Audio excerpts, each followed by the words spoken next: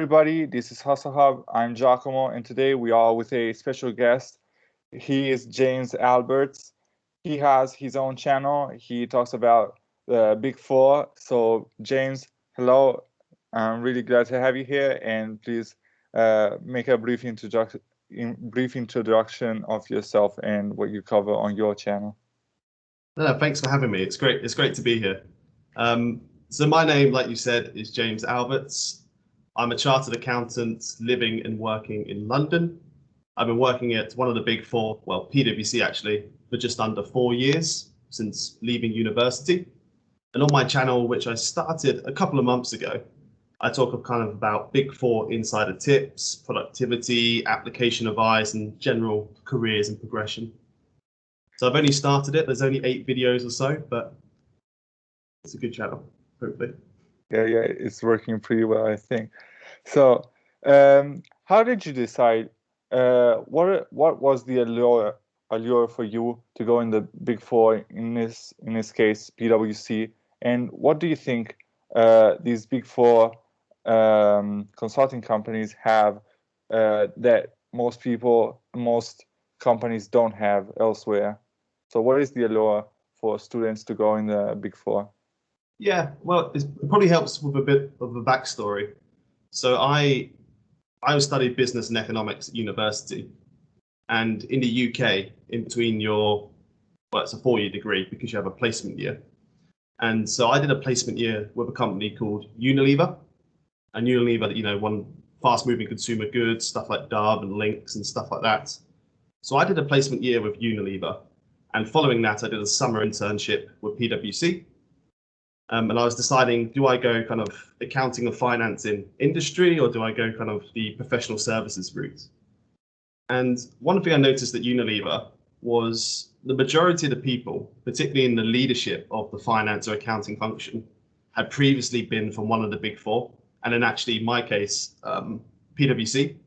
So for example, the old UK CEO, a guy called Graham Piketty, I believe, he transferred across from PwC about 10 years or so ago. And kind of everywhere I was looking at Unilever, higher up in the hierarchy, a lot of people started out in the big four. And so when I joined PwC as well, it was rare to see people joining from industry. So it seemed to be kind of like a one-way bit of traffic. And I thought, well, I really enjoyed working for both companies, but I've decided that PwC or any of the big four would give me kind of more opportunities later. I could either start or continue with PwC, or I could kind of move out into industry later on. So that was one of the reasons in terms of, I was looking up the hierarchy. I found a lot of people were at these big four firms. Another piece for me was the culture. I think the big four, they demand a lot in terms of kind of work, but at the same time, they reward you quite well as well. Unilever, for example, great culture, but it's a bit more laid back. It was nice if you wanted, a good work-life balance, I guess, but I kind of wanted something straight out of university to really kind of push and develop me. And PwC for my summer internship just felt like a better experience. And then second, I think the third and final reason why I decided was I really wanted to be in a client-facing role. I really enjoyed working on different projects throughout the year. I'm not a fan of doing the same thing over and over and over again, which I think industry and maybe Unilever would have offered me.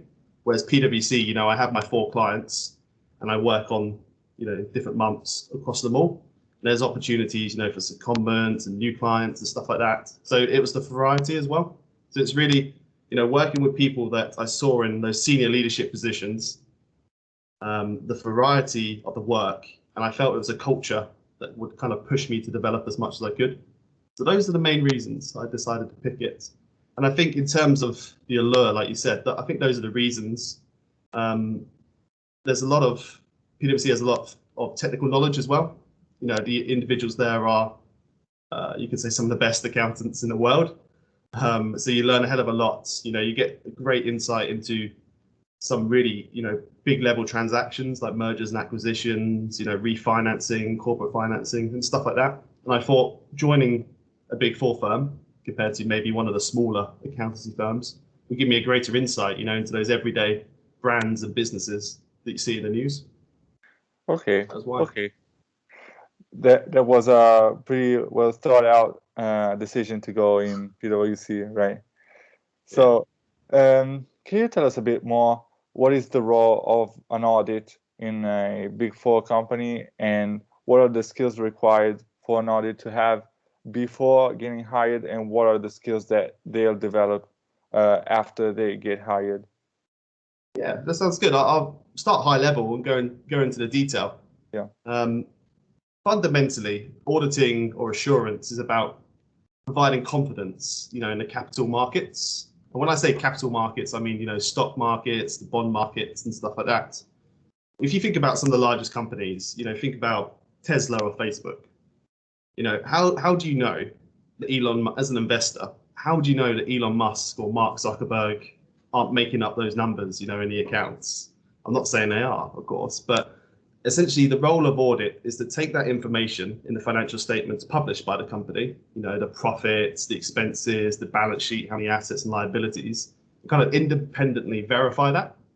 So it's kind of like a sense check, a fact check, essentially, to make sure the numbers the company is reporting to the public are actually true and fair. So that's kind of like the high level role outline. But essentially what it means is, if you ever looked at a set of financial statements before, there's various lines. You might have buildings or property and equipment and various other bits like that, profit, expenses. You essentially go line by line and perform particular tests or procedures to make sure you have comfort over those. So, for example, if you're auditing Tesla, let's say, and Tesla obviously sell vehicles, right? You check a number of those kind of vehicle sales, maybe to invoices or contracts, the cash receipt, just to verify that they've actually happened, that they're not kind of fraudulent or made up, or there haven't been any errors. So you basically go line by line down the financial statements and check those particular balances. And at the end of the audit, you report back to management, saying these are the errors we found, these are the ones you have to adjust for, and bits like that. I think the next point was on the skills required. Yeah. So going into audit, I thought you have to be incredibly strong technically in accounting. That was my big, and you have to have a good kind of foundational understanding of accounting principles and how audit works. Actually working in audit over the past 4 years, I found the biggest skill, or the best skill to have, is actually around people. Not only internal in terms of managing your teams and project management, but managing a client relationship. Fundamentally, your work, you need all the information and support from the client. And it's a difficult relationship, right? Because you're kind of there checking that they've done their work correctly. And so it's a bit of a difficult relationship to navigate. And I found that kind of people skills aspect to be the most important, in terms of not only being able to be a great project manager and coach internally, but at the same time being able to kind of deal with clients with empathy.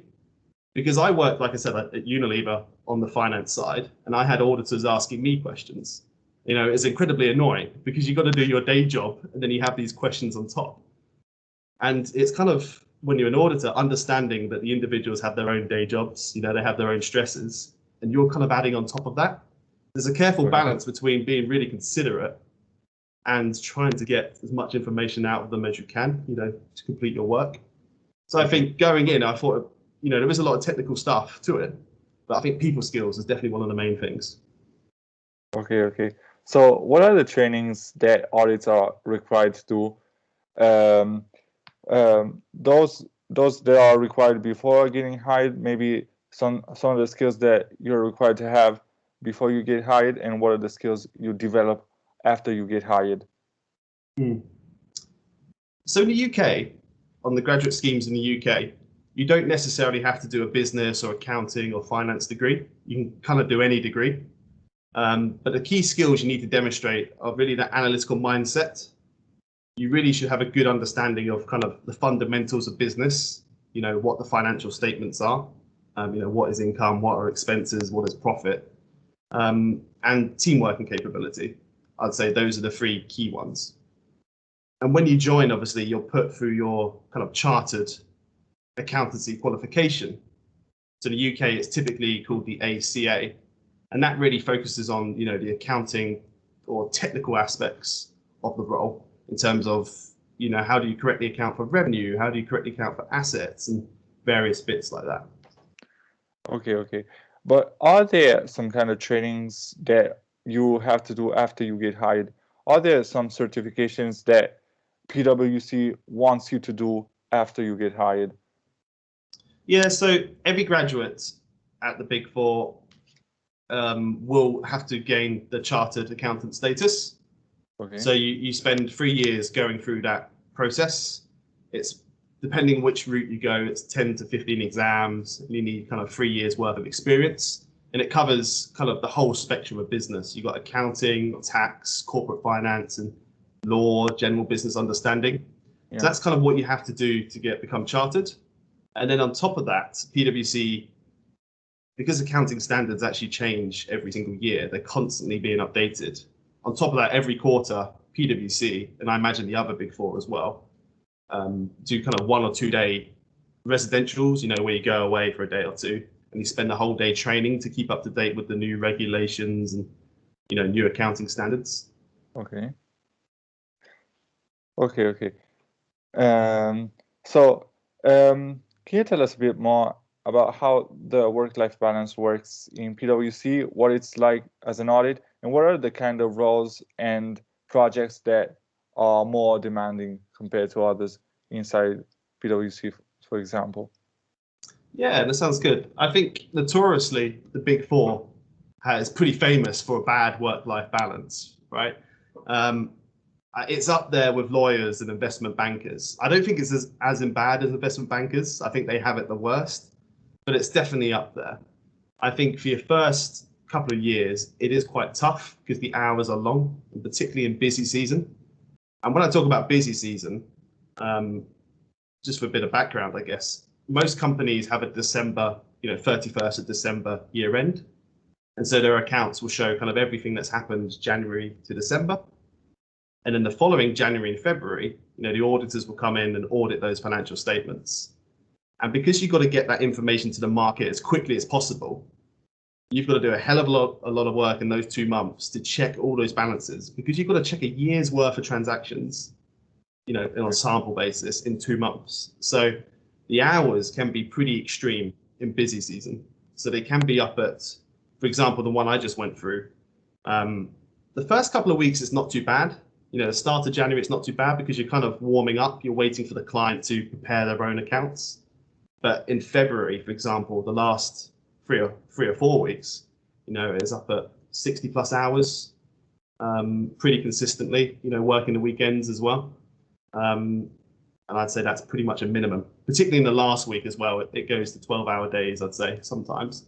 But it really depends on the client you have. If you have a large, FTSE 100 or a large S&P 500 company, the hours will be longer than a kind of smaller private company, just because there's so much more work to be done. So work-life balance throughout the rest of the year, it's fairly okay. But the firms are actually taking on more clients at the moment. They're taking on more clients, and actually, I think more people are leaving, particularly now as well. So the work-life balance is kind of getting gradually worse. But the firm, the Big Four are investing a hell of a lot of money into various kind of initiatives and stuff like that. PwC in the UK, for example, announced a couple of months ago that it's half days on Friday during the summer, just to get people a slightly longer weekend and stuff like that. So in terms of the roles, I think audit, there's various kind of different departments. You kind of have audit, tax, valuations or deals, and consulting. Particularly for valuations and consulting, it's a bit bumpy because it depends really on when you win clients. So it can be quiet for a couple of months and it can be really busy for other months. But in audits, it's known to be kind of the busiest department. It's known to be kind of the worst hours, being honest. But it's more or less limited in most cases to that busy season. And that, like I said, I think the busiest clients are those larger FTSE 100s or the S&P 500s. If it's a listed company like Facebook or Tesla, it's going to be a lot busier. And also the banks as well. Any kind of banking But HSBC and the various like NatWest, I've heard they could be pretty tough in terms of hours. Okay. So why is it banks so difficult? What is the what changes in the banks? I know they have special accounting standards. Yeah, so I've been lucky because I've managed to avoid them on purpose. Okay. But with the banks, if generally banking is getting more and more complex every single year. The kind of various different derivatives and assets and liabilities are getting more and more complex, and they're actually quite hard to understand the various kind of actual commercial transactions going on. Yeah. And because of those, because of the value and the scale of them, take HSBC, for example, or any global bank, they've got operation in every single country, let's say, or most countries. So, you need to perform procedures across every single country. And with these really complex derivatives, these really complex kind of securities and instruments, it takes a bit of time to kind of get your head around them. So it takes slightly longer. And then you've got that across the globe. So it's just a more complicated and more kind of global audit. So they typically are longer hours. Okay. So how your work-life balance changed as you got into more senior positions? What are the pros and cons of getting into more senior positions, and what are the responsibilities that you have now that you didn't have a few years ago? Yeah, in terms of work-life balance, I think it's quite hard at the start because for a lot of people, they leave university, it might be their first professional job. They might be in a new city, new demands. It can be quite hard to get that right. At the start, I think you're really kind of at the mercy of your managers or whoever's above you. You're kind of working their hours. And then as you kind of progress, you gain more trust, you build a reputation, and you can be a lot more flexible in terms of the hours you want to work. So for example, for me, at the start, I had to work my manager's hours. And my manager was a bit of a, he liked working. He started slightly later and worked in the evening. Whereas for me, I actually prefer to wake up early and kind of clock off earlier, So at the start, I had to work my manager's hours. But once you build that trust and reputation, you can kind of be a bit more flexible. And what was the second part of your question again? Sorry. So how did that change as you got into more senior positions? Yeah, so essentially, because you have more trust, obviously, and as you move into more senior positions, especially as a senior associate or junior manager or even a manager, you have a lot more say about how the work-life balance and how the team's going to work. So, for example, on my teams, I'm very flexible with allowing people to work whatever best suits them. A lot of people prefer working evenings, and that's fine if they want to do that. As long as the work gets done. It's fine. So yeah, you have a hell of a lot more say over your own schedule to a certain extent, and the schedule of those below you when when you progress throughout. Okay. And what are the responsibilities that you have now that you are a senior associate that you didn't have when you just got started? Yeah. So when you just started, because you're obviously brand new, you're not really expected to know much, to be honest. Okay. Your focus is really on your day role, giving whatever tasks, performing whatever tasks have been given to you, whether that's admin or anything else, you kind of just do it. As a senior associate, so as you start progressing up to your manager role, your role becomes, you start looking at more technical aspects of the accounting. So for example, the really basic stuff an associate would do would be kind of checking bank statements or checking amounts to an invoice. It's just matching numbers. It's very easy. It says 10 here, it says 10 there, tick. But as you're qualified and you progress, you start doing more judgmental and more technical stuff. So when I say judgmental, you might be looking at, for example, long-term forecasts of the company. There's no right answer in terms of, you don't know where the company's going to be in 10 years, but you've got to use all of your kind of technical knowledge and analytics to kind of check that management's assumptions are correct. So you do a lot more judgmental work, a lot more technical work, and you do a lot more on the people side. So as a senior associate, you'll typically be coaching maybe, well, depending on the size of the team, 2 or 3 associates. Okay. So you've got to spend, I'd say half your time is doing technical accounting, and the other half is actually kind of coaching associates, um, teaching them how to do their work, what they should be looking for. And then actually once they've done their work, every single piece of work has to be reviewed at least twice. So as a senior associate, you're normally kind of the first reviewer before it goes up to a manager or partner to sign off. So it becomes a lot more people focused as you go up. And there's a lot of managing internal relationships as well. Because you, for example, giving updates to the partner or director, they want to make sure the project's progressing, keeping on top of budgets and being a bit more involved in the kind of commercials and stuff like that as you progress. Okay. So it's more technical stuff to do, and you have to understand how to deal with all the people that surround you. Yeah, and it's a really tough balance. Okay. Because obviously the stuff you're working on is really technical and really judgmental, and it requires a lot of hours. But at the same time, you have 2 or 3 associates that kind of constantly asking you questions, constantly there for your help. And you've kind of got to balance the two. You got to make sure your work's getting done, but you're not ignoring your associates. So it's a tough one to get right. Okay. So we talked about the work-life balance, that it's not really something people enjoy working long hours. But what are the pros that made you want to stay this much in PwC? And can you tell us a bit more what made you stay? Yeah, definitely. I think it goes back. I mentioned it briefly before with Unilever. I felt the culture at PwC really pushed me and really developed me because of the hours. You do a hell of a lot of work in a short period of time. And so because of that, you're kind of thrown in at the deep end. You've got to quickly learn how to swim. And because of that, you're kind of learning, your development is pretty exponential. It's very, very rapid.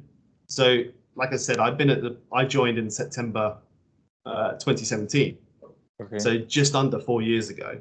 And if I look back at the kind of nervous, fresh-faced graduate I was and compare myself now, it's a huge transformation. Not only in obviously knowing more about accounting, but generally business, how to manage relationships, communication with the client, stuff like that. And seeing myself every year, you're constantly reflecting, and seeing myself continuously developing and changing and learning is a really big thing for me. I really enjoyed, like I said before as well, the clients, because you're working with some of the largest clients. Some of the stuff you do is incredibly interesting in terms of the mergers and acquisitions, IPOs and stuff like that. None of the smaller firms will be doing that stuff. It's mainly limited to the big 4. And so getting an insight into all that stuff that is going on continually. And I think now because of COVID, there's lots of deal activity that's starting to happen and will continue to happen. So it's only going to get kind of more interesting. And so we had kind of the culture and development, we had the clients.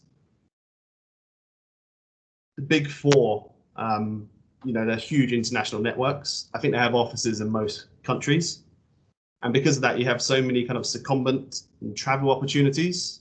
So for example, I've been throughout Europe with my clients. I stayed for a couple of months in India, which was absolutely incredible. I didn't have to pay anything for this stuff. Okay.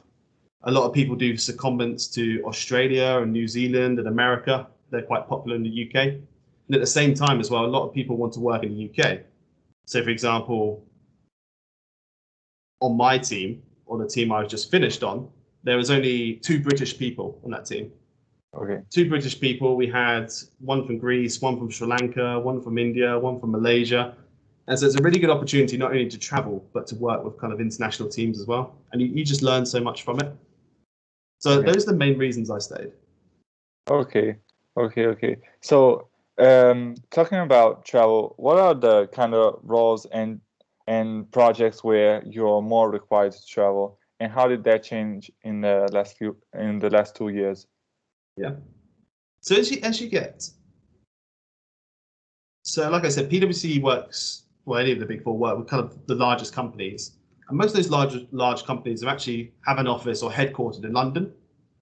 So early on, when you start your kind of career as an associate, you're only really going to be traveling around London, because most of the offices are there. But as you get more experienced, take for example Tesla. Tesla will have a operation in Italy, right? not a And facility, but it has operations, of course, yeah, offices and so on. yeah.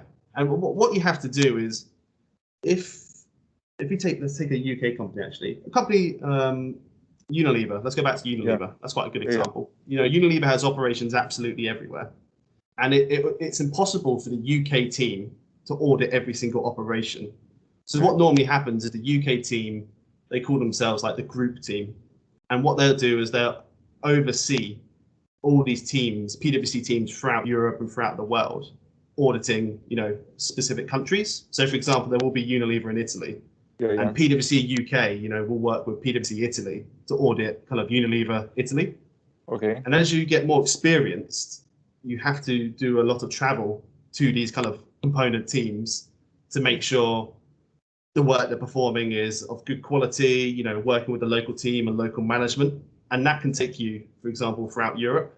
So one of yeah, my jobs, for example, they had offices, we had teams in France, Italy, Germany, Sweden, Austria. So I had to go around those different countries over a period of a month working with the local teams.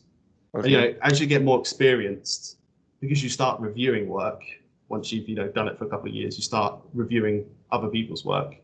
You start to travel a lot more, especially internationally. okay, okay. So, just one thing I was curious about, what are the main differences between auditing for a big company and especially stock market listed companies and private companies? How Mm. does the work changes? Yeah. Well, typically, because they're listed companies, there's a lot more requirements on them to get information to the markets quicker. Yeah, yeah, So there's kind of really strict deadlines on when they have to publish their financial statements. So because of that, you know, it's a lot strict. You can't move those deadlines.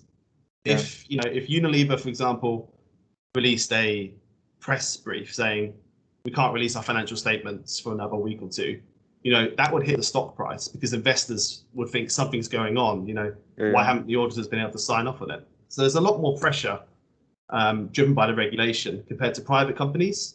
Because they're private, there's not as strict regulation or legislation. So you kind of, there's a lot more time.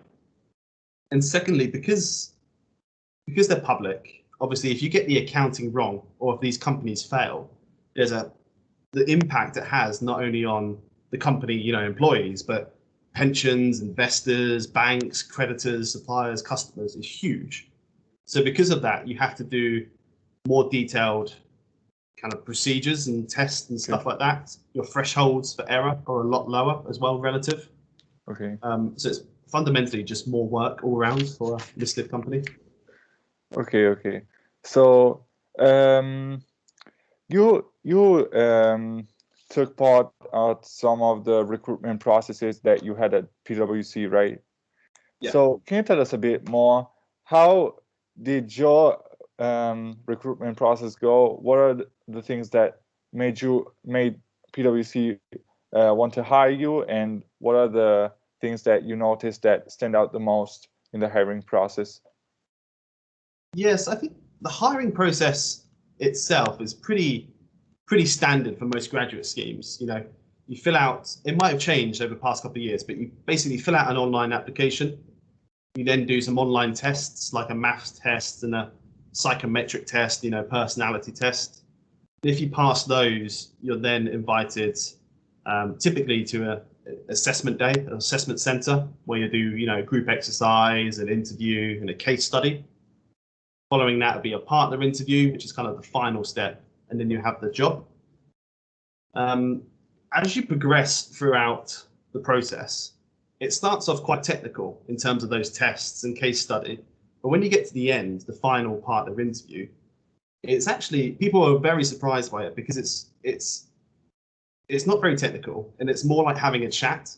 For example, the partner wants to see if they can put you in front of a client and you'll be able to, you know, talk to them or hold a conversation and stuff. So Okay. as you progress throughout, it gets less technical and more people focused. In terms of, and just before I go into particular skills, I think actually it's a really good time to be joining the Big Four. I think if you're applying to the Big Four now, the chances are probably slightly higher. And the reason for that is they've won a hell of a lot of work over the past, particularly in the UK, 3 or 4 years. And there's more work to be done than people to do it. There's a couple of reasons for that. When I joined 2-3 years ago, well, a bit longer than that, recruitment was kind of not frozen, but massively reduced because they were worried about Brexit and the impact that Brexit would have. Okay. But actually, they won a lot more business. And so they won more business, and then kind of the intake or the amount of staff reduced. And so now most of the big four are in a real struggle of trying to get more talent and more people into the company. So I think it's a really good time to join. I think your chances are probably quite good joining now. And in terms of the skills, like I said, you're not expected to be an accounting expert. You're not expected to be an accounting whiz. When I joined, I hardly knew anything about accounting. I knew the financial statements. I knew how a company worked. I didn't know that much about it. But I think it's all about display. They want people that are ambitious, people that work hard, and people. They want people that are good with people. So in terms of the skills, just as long as you have a passion for business, you have kind of an analytical mindset, you like problem solving, you work well under kind of stress and tight deadlines, and at the same time, you're good working with people and a good communicator. I think if you tick those off, you've kind of done it, to be honest. Okay. So what are the so in the hiring process, did you have something that stood out? What are the kind of behaviors that stand out in the hiring process, in the interviews, and what are the things that you should not do at all in the hiring process? Yeah, definitely. There's kind of tips for each stage of the process. So I'll kind of summarize it. A lot when you do your initial tests, your maths tests, you just got to do your maths tests. You've got to be good at maths, but there's loads of practice exams online. But one thing is the next stage is the psychometric tests, which test your personality and if you're suited to the role. What a lot of people tend to do is to kind of pick the answers you think will get you the job rather than kind of actually reflecting your personality. And this is bad for a couple of reasons, because it's determining the fit, if your skill set and personality will be a good fit for the job. And if you're trying to be someone you're not and you end up getting the job, you might not enjoy the job, it might not be right for you. So I'd say, it's a pretty obvious one, I guess, but don't lie, just be you, be honest with yourself and your personality and stuff like that. When you get to the assessment center, a lot of people, and I talk about this in one of my videos actually, a lot of people in the group exercise, so there's like 4 or 5 of you in the group exercise and you've got to work through a particular case. A lot of people see it as a competition and they'll try and kind of talk over one another or try and interrupt or criticize, or people want to be loud and be the leader. But one thing people fail to realize is that every single person in that group exercise can get the job. The big four are large enough that everyone can get the job. It's not a one person or no one. It's okay. Everyone can get it. So it's a lot. I'd recommend being really kind of focused on that team working element, a lot of cooperation. If you see someone that's not, a bit shy or a bit nervous, try and invite them into the conversation and stuff like that. The case study, there's a hell of a lot of material out there on the case study, but it's typically, a failing business, or they want to enter a new market, they're exiting a market or something like that. You're going to be given a hell of a lot of data. You're going to give them too much data to read through in a time you've been given, because essentially you have to read through a massive booklet and you have to summarize. You have to produce a report summarizing kind of what the issue is, what the recommendations you do. Most people spend far too long delving into the data, and then when they don't actually write much on the report, that's the whole thing. You've got to really, it's a skill being able to quickly read through the data, picking out what's relevant and quickly writing it down, summarizing it. So tip there is don't get lost in the data. And then for the final interviews, like I said, they're not expecting you to be accounting experts, right? You're straight out of university. You're not going to know anything or too much about it. It's about your people skills. So once again, just be you, be as kind of engaged and interested in the conversation as much as you can. Okay. So you said that PwC, for example, hires people from almost every academic background, but what are the most frequent academic backgrounds people have at PwC? I'd say it's half and half, actually. I'd say half the people are from a business related background in terms of, business, economics, finance, or accounting. So I guess the most common will be accounting or business. But like I said, the other half is a mix. There's a lot of history. Someone in my intake did fine art. That was an unusual one. Languages and stuff like that. But, for the best understanding of business and finance, I'd recommend you go kind of that business degree route. I'd say that's probably the most common. And it helps you a lot as well when you go to when you start to do your exams for, your chartered accountancy. I think out of the 12 exams, because I've done similar level exams at university, I was actually exempt for 3 or 4. So I didn't have to do 3 or 4 exams, which was, is a good kind of head start. Okay. Yeah. Okay, so one thing that I'm curious about is the CA, the Chartered Accountant certifications. Can you tell us a bit more what it is, how it is structured, and why people in Big Four look at the CA rather than other certifications, like more financial, like the CFA or the FRM? Yeah. So there's a couple of chartered accountancy qualifications in the UK, but I'll focus on the main one, which is it's called the ACA. Okay. Like I think as I said before, you've got to have 3 years of relevant work experience. So that's your kind of graduate scheme, and there's around 15 exams. It keeps changing every year, but it's around 15 or so. I know particularly in audit and kind of insolvency and some of the more accounting related fields, you do the chartered accountancy, you do the ACA, but in some of the deals of corporate finance, they're actually starting to do the CFA a bit more and more now. I think historically it's always been, people become chartered accountants, whereas now they're starting to realize there's kind of wider qualifications out there and they're starting to kind of open it up a bit more. So it will really depend on what department you're joining.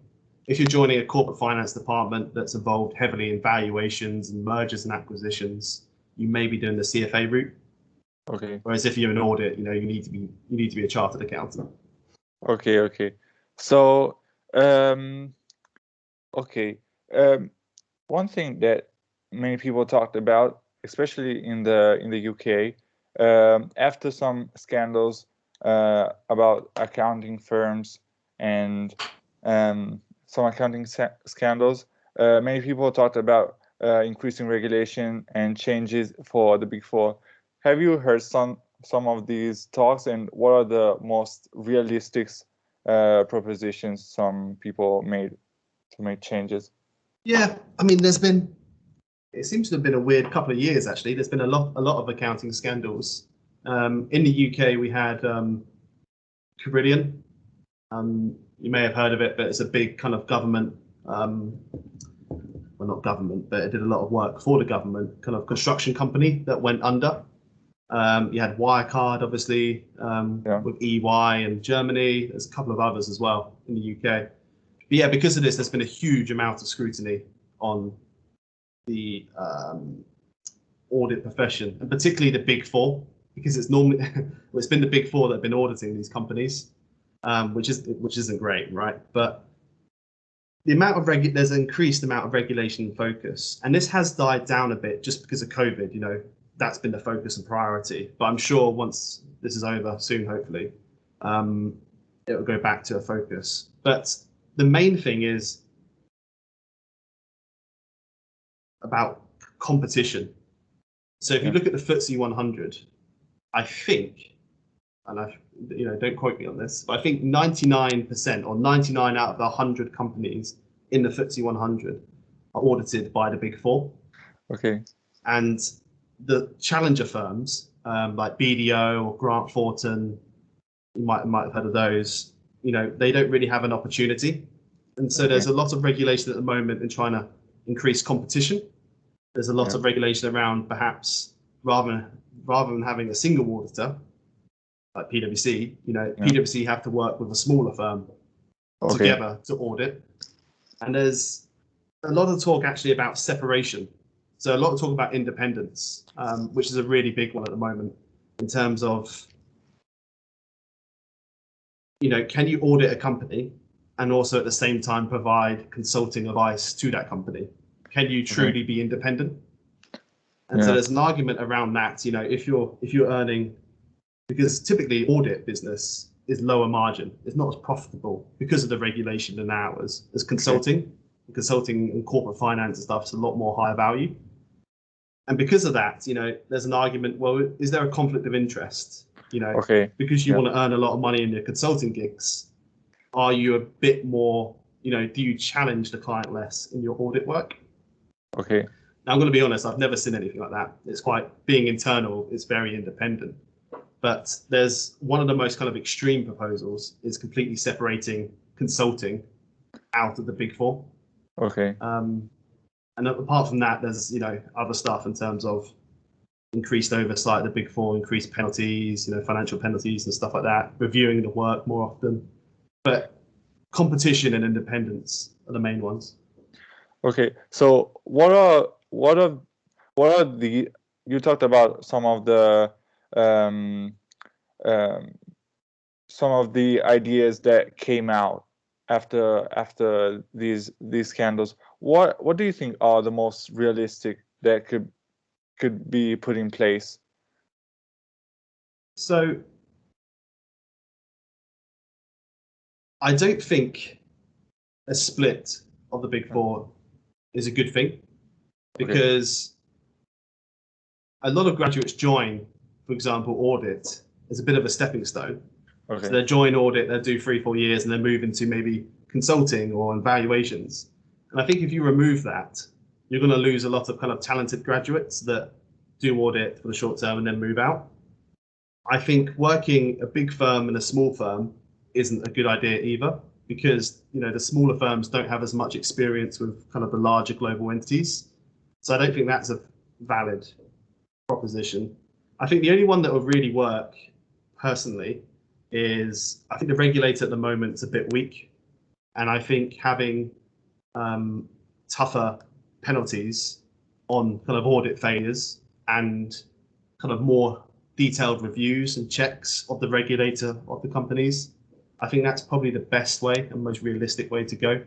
I don't think any of the other methods will really work, to be honest. Okay. So one thing that just came to my mind is, if audit is not the most valuable service that Big Four offers to companies, are audits salaries worse or better than consulting salaries, even if they usually work more? Yeah, and it's a good question. So I think it's the same across the Big Four, but I can only definitely say for PwC, but you will get paid more in deals and consulting compared to audit. So you'll get a slightly higher base salary, and you'll get a higher bonus as well. Despite the hours. So even though audit may be working more hours, you are paid less and your bonus is slightly lower. And it's because of that whole profitability, the margins and stuff like that. So for example, I know one of my friends, for example, did a secondment to deals for a year. And so because he did a secondment to deals and he was top rated, he did well, he got the deals bonus. And when we compared the deals bonus to, for example, a top rated person on the audit side, it was about 50% higher. So it's quite a noticeable. The base salary isn't too different. I think it's maybe 5% or 10% max, but the bonus is where kind of the big, there's a big difference. So yeah, you'll get paid. I'm not really selling audit here, but you'll get paid more and slightly less hours in deals and consulting than you do audit. But I think, there's other things to consider. In consulting, you won't necessarily do a professional qualification. PwC pays all those, the classes, the exams, the coaching and stuff like that. And that's probably worth, I don't know, 10 to 20,000 pounds or something like that. So you kind of got to take that into account. But yeah, the amount of cash you receive is definitely less. So you talked about the certifications and so on that are quite valuable? And are they valuable even after people leave the Big Four companies? And can you tell us a bit more about the exit opportunities that people have coming from a Big Four background? Yeah, definitely. I think, my answer is really going to be UK focused here because that's what I know best. But I think in terms of the UK, I don't think you'll find many, if any, CFOs, like chief financial officers, that aren't chartered accountants or have been chartered accountants at some point. It's kind of a requirement in most cases if you're progressing up that ladder. And so your graduate scheme is typically 3 years. That's how long it takes you to pass the exams and gain your chartered accountant status. When you get that and recruiters on LinkedIn see that you're now been there for 3 years, you must have passed your exams, your kind of inbox is flooded with various jobs for ACA qualified individuals. Okay. So that all these jobs in industry are looking for chartered accountants. So there's a number of exit opportunities here. You could either exit opportunities from audit, let's say. You can either move internally, to consulting or deals. Okay. You can leave externally, go into industry. So, for example, instead of work at PwC, you work at Unilever in the accounting and finance department there, and you'll have, they'll need to have an ACA. You could get a lot of people go into private equity. Okay. Like private equity kind of research and stuff like that. Now, you don't have to have an ACA, but what the ACA demonstrates is kind of you have that strong technical understanding of how a company works and the financial statements and the various financials and numbers. That's what it really signifies. I think there's an element as well, particularly the Big Four, that you work hard and you can survive long hours. They know you're kind of a hard worker. It's the same for investment banking. I think investment banking is probably the most competitive one to leave into, and it is definitely the hardest. But I think there is an element where they appreciate that solid accounting understanding of the financial statements. And if you're going into somewhere like consulting externally, once again, I don't think it have too much of an impact, but it's always going to be good at a chartered accountant to understand financially how a business works. So I'd say the ACA is essential if you're moving into industry, like accounting in industry, but it's not essential but beneficial in the other roles. And the exit opportunities as well, just to add a bit more on this, most people, when you leave after your 3 years, back on that salary point, you'll be looking at a 20 to 30% bump or increase in your salary. Okay. So there's a lot of people that do leave after those 3 years. Okay. So can you tell us what are the most popular go-to places or sectors where people go after the Big Four? Is it more industry or is it still finance? So I can speak from personal experience because obviously my intake now have all qualified and the majority of them have left. There's about 20 or so of us originally. I'd say half of them went into industry. And went into industry when FTSE 100 companies or S&P 500. So they went into the larger companies. Quite a handful. That's the most common route. That's what most people do. A handful of people went into private equity research. Not massive firms, but some small kind of boutique firms. And I know there's 2 people in my group that actually made the transition to investment banking. Okay. One of them's with Citigroup, for example, was moved into Citigroup. And I can't remember what the other one went to a kind of a boutique as well. So It's a real mix, but the majority of people, the natural transition is to go into industry. So a lot of people, what's become increasingly popular is a lot of people at the Big Four, you're leaving as a senior associate, are actually joining smaller accounting firms at a promotion. So I've had a couple of people actually join, there's an accounting firm called Mazars. I think it's one of the top 10 biggest. But I think they've left to be promoted, to a manager position. Yeah. So they're still in professional services and accounting, but they leave just to get a promotion and a better work-life balance, I imagine. Okay, so they cover private companies over there, I guess. Yeah, more so, yeah. Or the FTSE 100 is your massive companies. In the UK, you then have it's called the AIM, the Alternative Investment Market. It's really smaller listed companies, they'll probably focus a bit more on those companies, or like you said, private companies. Okay.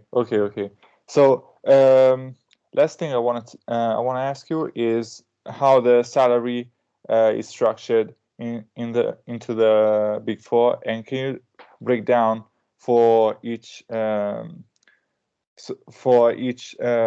position inside the Big Four, as an entry level, audit, and then how that changes once you go up the ladder? Yeah, sure. Sounds good.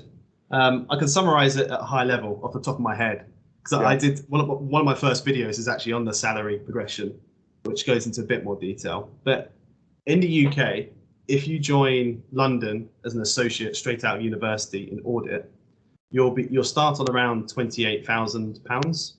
Okay. And typically as an associate at PwC, at least, you don't get a performance related bonus.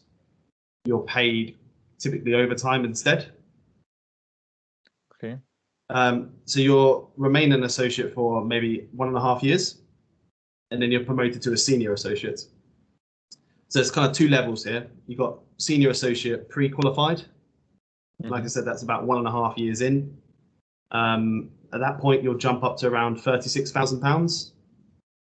And obviously now at this point, you're eligible for a bonus. The bonus really depends on the profitability of the company. If it's been a good financial year, obviously it'd be higher. If it's been a bad year, it'd be lower. But I'd say, and I'll go into a bit more about it in a minute, anywhere from £500 to about £3,000. And it's dependent on your grades, which I'll go into in a minute. Then once you qualify, which is 3 years after you join, you become a qualified senior associate. You'll jump up to around £48,000. Okay. And your bonus will be between £2,000 and £6,000, once again, dependent on the salary. And then it kind of, the levels, it takes 5 years to go to manager. And manager, you're looking at around £55,000 starting, plus a bonus. Okay. So the way the bonus works is obviously on how well the company's done. But each year you're also given kind of a score, or you're ranked 1 to 5 typically. Okay. 1's being kind of the best, and 5's being, I think if you get a 5, you're kind of coached out of the company, pushed out a bit. But it works in the bell curve. So for example, it's 10% get a 5, 10% get a 1, and then most people fall in the middle. Okay. And that really determines your bonus. So for example, if you get a 1, you're going to get paid a lot more obviously than someone with a 2, 3, or a 4. So yeah, you will get paid more, but if you think about the extra work you have to do for the hours, it's probably not worth it. Probably the sweet spot is staying in the middle. Okay. In terms of hours and reward, I'd say. But yeah, that's how it works. It's a nice progression. And like I said, the bonus is tiered based on performance. So. Okay. Is it the same even, for example, in consulting, or? It'd be the same in terms of the bonus and stuff like that. Bonus and the evaluation with the marks. So I'm not 100% sure what the actual bonuses are in consulting, but they're definitely higher. But yeah, the kind of moderation is called the performance year is the same across all departments. So you'll be given a rank 1 to 5, and that's kind of the way PwC does it. There might be some specific differences. For example, what gets you a 1 in audit will be different to what gets you a 1 in consulting. Yeah. But they all use the same kind of methodology. But yeah, the base salaries and bonus will be higher in the other departments. Okay. So I'm done with the questions. If you have something else you'd like to share, I'm free. I would really like to hear from you. If not, I really want to thank you for your time and for being with me on this call. No, perfect. No, I really appreciate it. And thanks for obviously having me on. I think the only thing I'd like to say is you've asked some really good questions there, really comprehensive questions. I think we covered a lot. But the only thing I'd like to say is, I mentioned it briefly before, I think it is a really good time to be joining the Big Four. There's a lot of work that's going on. There's an increasing focus on kind of work-life balance. And because of that, I think the chances of getting in are probably higher. So if you do have any questions in terms of application advice or anything like that, obviously and it's not answered by my channel, feel free to reach out to me on Twitter or LinkedIn, to whoever's watching this. I'm more than happy to help. Okay. So thank you a lot. And this is it for today. I'm Giacomo. This is Hustle Hub. See you next time.